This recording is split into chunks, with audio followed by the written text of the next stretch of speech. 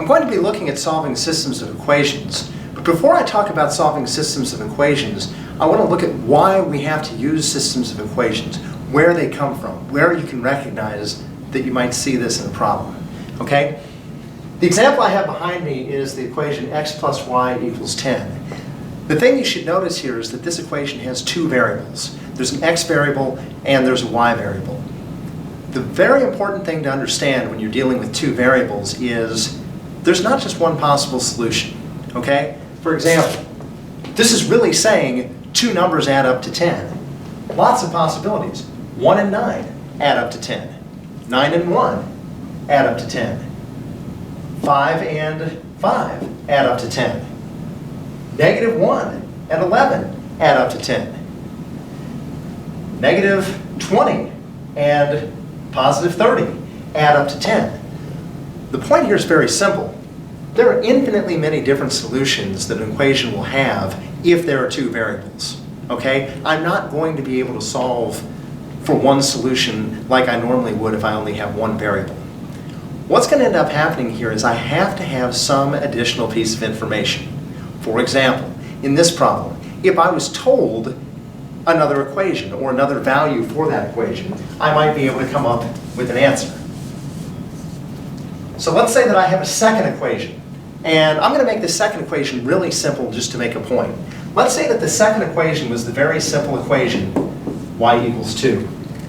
I'm pretty sure most of you at this point would say, oh, all I have to do is take that value of 2 and I can substitute it back into the original equation. I can replace the y.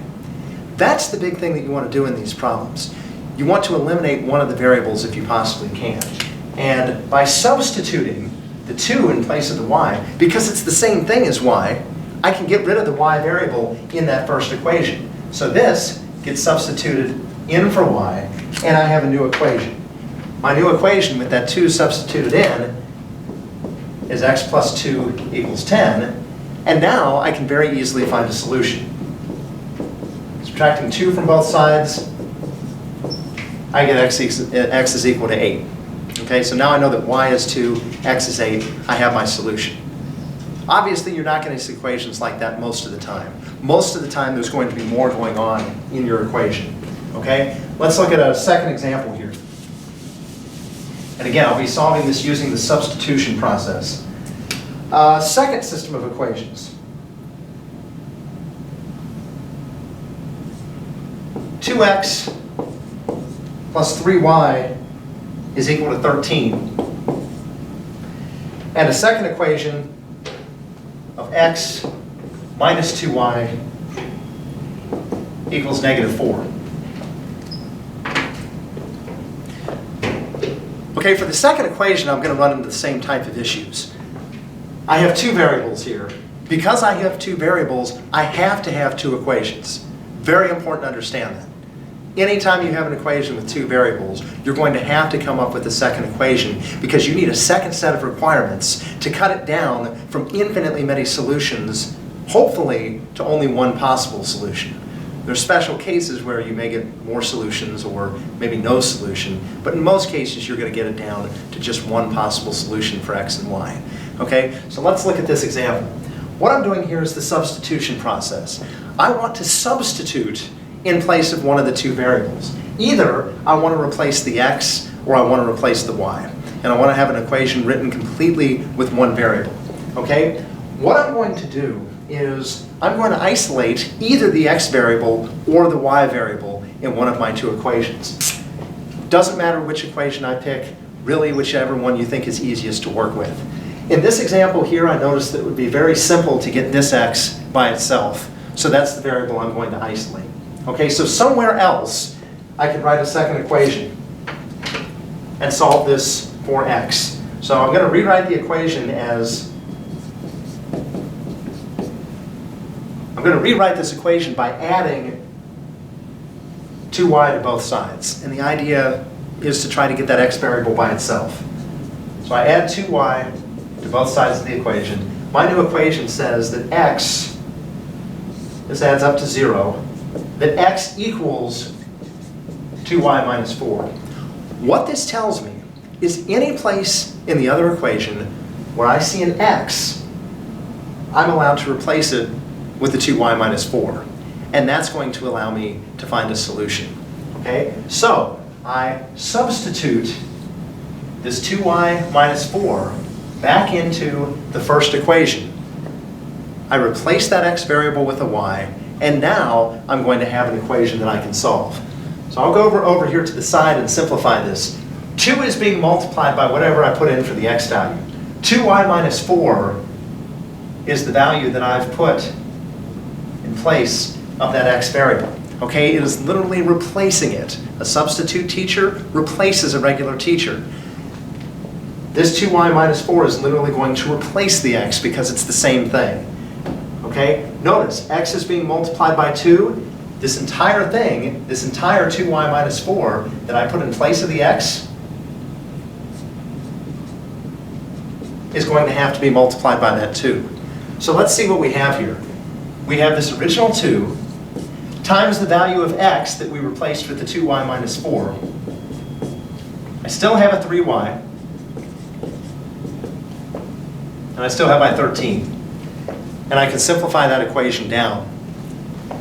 Distributive property here, I get 4y minus 8 plus 3y equals 13. I've got some like terms here, the 4y and the 3y. I can add those to get 7y. I still have a minus 8, still equals 13. Now I've got a simple equation with only one variable that I can solve. I can add 8 to both sides. I get 7y equals 21. I divide both sides by 7. I find out that y is equal to 3. Now, not completely out of the woods yet. Got a little bit more work to do here. I don't have an x value. At this point, I know, going back to my original equation, that y is equal to 3. Okay, so back in my original equation, now I can do a substitution in place of the y variable. I know that y is 3. I can put it into either one of these two equations. Doesn't matter which. The second one looks a little bit easier to me. So 2 is being multiplied by the y value. I'm going to put a 3 in there and take out my y. And this is now going to allow me to solve for my x variable. Again, doesn't matter which equation. I usually pick the one that I think is going to be easier. I have x minus 2 times 3 is 6 equals negative 4. I can add 6 to both sides. I find out that x is equal to positive 2. All right? My final answer, x is 2. My y value is 3. Depending on how you want to write that, you could also write that as an ordered pair, 0.2 comma 3. Or you could write that as individually two different answers. That is how a substitution problem works. In the next part of the video, I'm going to give you a practice problem that you can try, and then I'll go through the final solution to that, and you can see if you've done it correctly.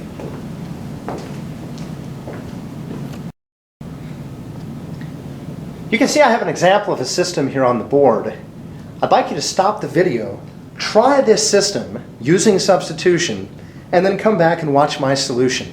You should be able to match up, see where your solutions match my solutions, and perhaps in cases where your solution's different from mine, and hopefully you can learn something from doing that. So right now, you can stop the video until you get your solution.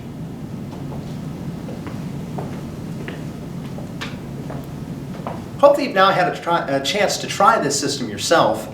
I'm going to go through my solution to the system. You may have done something slightly different, but hopefully in the end, your final answers are going to be the same as mine. I looked at this equation and it looked to me like it would be relatively easy for me to isolate the x variable. I noticed, for example, that 2 would divide into each of these other values. I can avoid having to have fractions. That's something that you're going to see if you try to solve for some of the other variables up here in the top. So I'm isolating the x variable in this equation. And I'm going to go off to the side here and I'm going to deal with that first. So that equation was 2x minus 4y equals negative 18. I'm isolating the x variable, so I want to remove everything around that. I'm going to add the 4y to both sides. So I have 2x equals 4y minus 18. Notice that x is still being multiplied by 2. So I'm going to divide both sides by 2. Make sure everything gets divided by 2. And I end up with a statement saying that x is equal to 2y minus 9. What this means is very simple. Anytime I see an x in the other equation, I can replace that with a 2y minus 9. All right? Let's take a look back at the original equation. The x equals 2y minus 9 is the same thing as this equation right here. So I want to make my substitution into the other equation. So I'm going to substitute that in place of the x in the top equation. I'm going to move the 2y minus 9 in place of the x here. Notice that x is being multiplied by 5, which means that anything I put in place of that x variable also has to be multiplied by 5. So I'm going to take 5 times my x variable, which I'm replacing with a 2y minus 9. And I'm going to continue to write the rest of my equation. So I have 5, I have the x, which I've replaced here, I have a plus, I have a 2y, and I have a 3. This is my new equation. Notice, only y variables, okay?